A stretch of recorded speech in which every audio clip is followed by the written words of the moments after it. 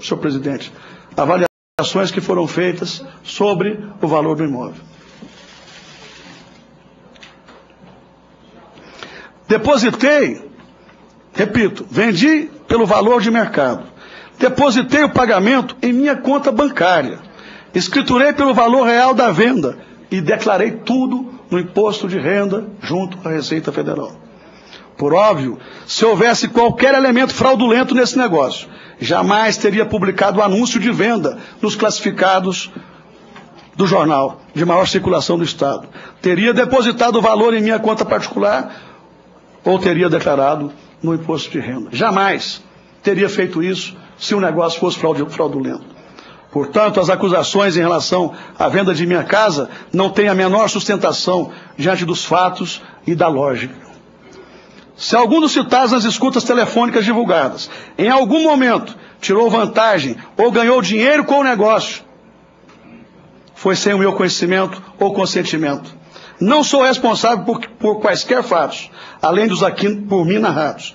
Eventuais acertos entre o ex-vereador e o empresário, como suscitado pela imprensa e em gravações, repito, não tem qualquer relação comigo, muito menos com a transação da qual participei, que se encerrou exatamente quando recebi os cheques e passei a escritura.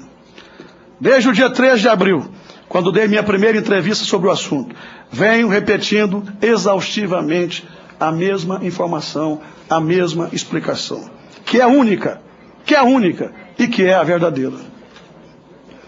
É incrível que eu seja exposto por ter vendido um bem pessoal, um bem meu, absolutamente, rigorosamente dentro da lei.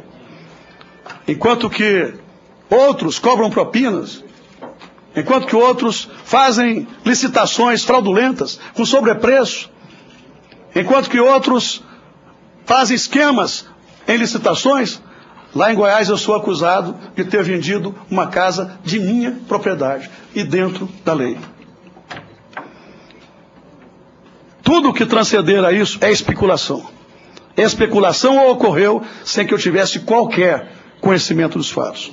Senhoras e senhores, senadores e senadoras, senhor presidente, senhor relator, senhor vice-presidente, para que não paire nenhuma espécie de dúvida, repito, anunciei a venda da casa.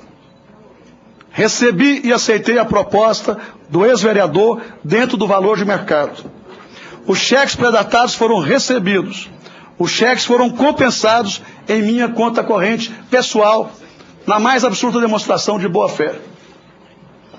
Cobrei de Vladimir a escrituração do imóvel. Vladimir informou que tinha repassado a negociação para Walter Paulo.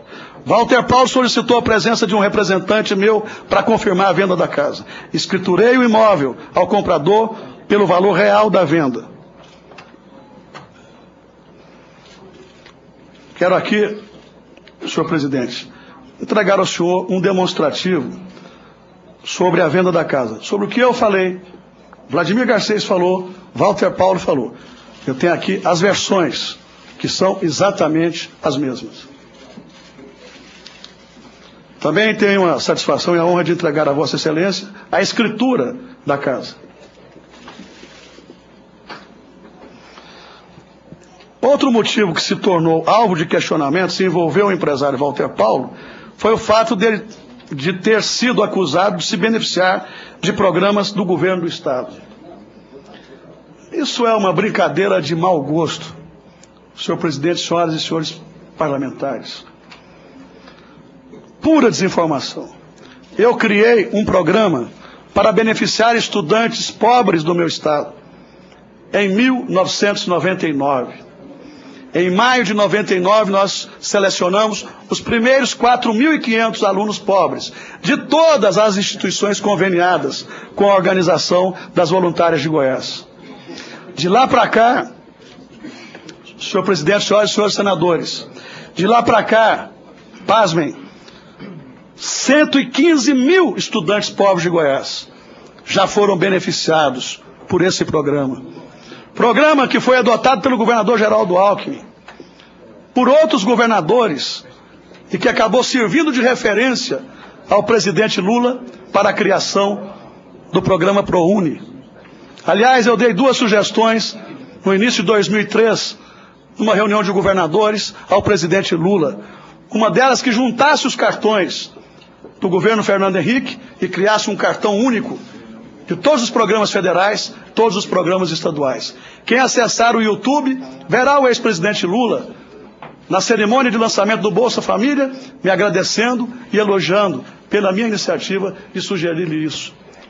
A outra sugestão que dei nessa reunião de governadores, acho que Cássio Cunha Lima estava presente, governador da Paraíba à época, e eu distribuí a todos eles. Ele inclusive adotou o cheque moradia.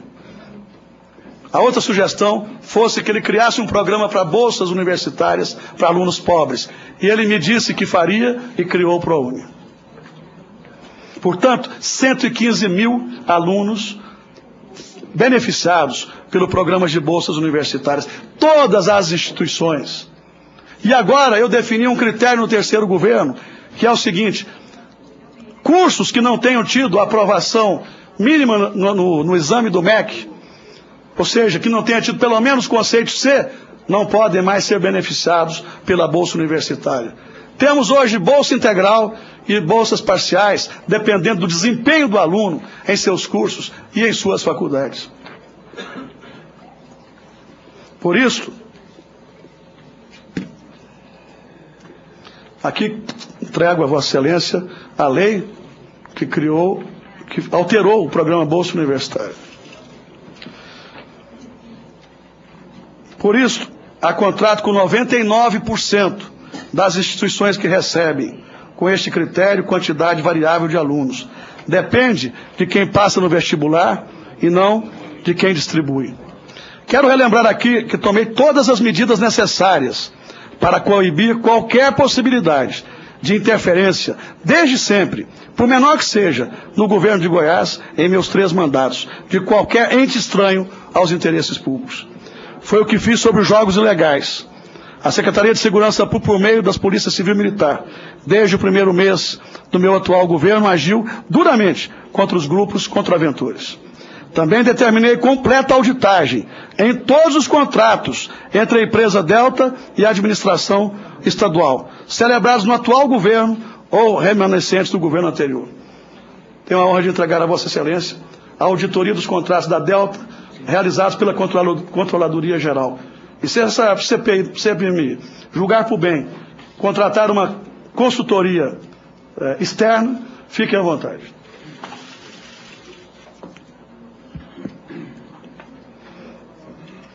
O conteúdo das transcrições de interceptações telefônicas divulgadas pela imprensa deixa claro que não há qualquer fato concreto ou benefício do governo às pessoas, empresas e empresas mencionadas pelas conversas. Quero frisar, não há qualquer consequência prática entre as conversas interceptadas e as ações do meu governo.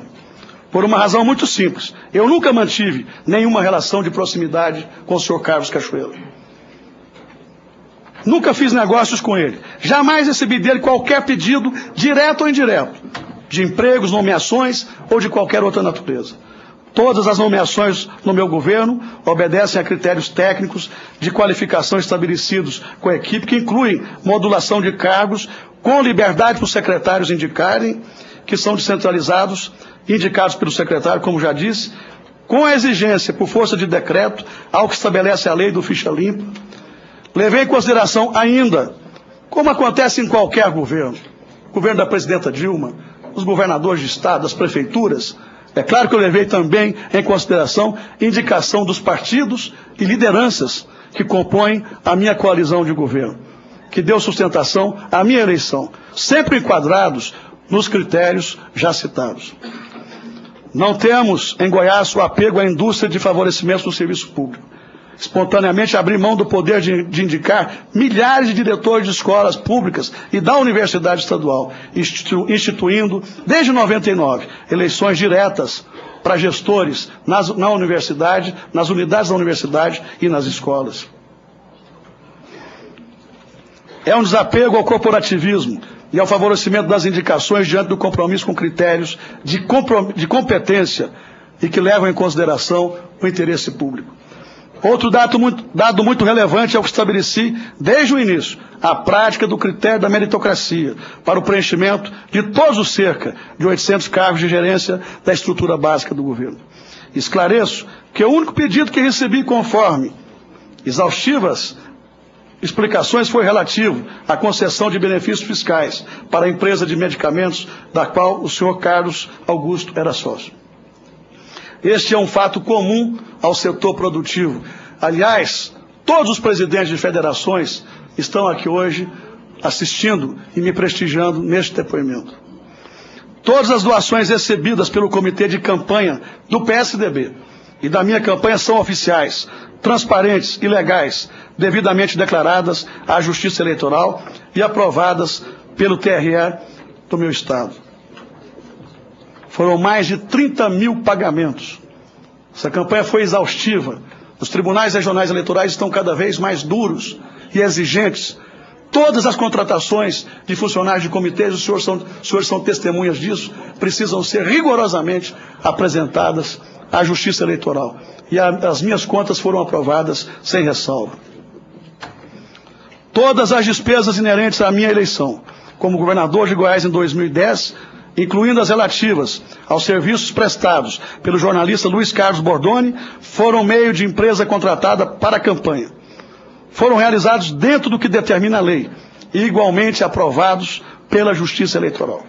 É meu hábito receber no gabinete jornalistas e articulistas para conversa sobre temas políticos. Entretanto, nunca realizei qualquer operação financeira ou pagamento a quem quer que seja, em período eleitoral ou não, pois essa atribuição é do presidente do Comitê Financeiro. No ano de 2010, o responsável pelos pagamentos, todos os pagamentos, foi o coordenador do meu Comitê Financeiro. Portanto, nunca foi feito qualquer pagamento ao jornalista Luiz Carlos Bordoni no período eleitoral, principalmente estando o que foi pago a ele na prestação de contas. Esse pagamento foi instrumentalizado pela nota fiscal 109.002 de 2010, no valor de R$ 33.300, emitida pela empresa Artmid, responsável pela gravação de áudio, que foi regularmente declarado na prestação de contas e aprovado pela Justiça Eleitoral. Apresento a Vossa Excelência aqui a nota fiscal. Entrei com a ação de indenização na Justiça, provando que as insinuações são caluniosas, difamatórias e injuriosas em relação a mim. A Justiça é quem decidirá o termo deste episódio. Trato assuntos sérios com seriedade, seja em contas de campanha, em contas do governo ou em contas pessoais. Meu patrimônio construído ao longo de 30 anos é compatível com os meus rendimentos e está todo declarado, na declaração minha ou na declaração da minha esposa junto à Receita Federal. Dentro da lei não há obrigatoriedade de apresentação de bens do cônjuge à Justiça Eleitoral, mas à Receita Federal. Os artigos 1658 e 1663 do Código Civil estabelecem que no regime de comunhão parcial, a propriedade, apesar de ser comum ao casal, pode ser registrada em nome de qualquer um dos cônjuges. Cada um individualmente promove a declaração perante a Receita Federal, exclusivamente seus bens, indicando apenas o CPF do cônjuge. Portanto, não há qualquer ilegalidade e nem mesmo irregularidade fiscal na existência de bens em meu nome e de minha esposa, até porque, em parte, foram oriundos de recursos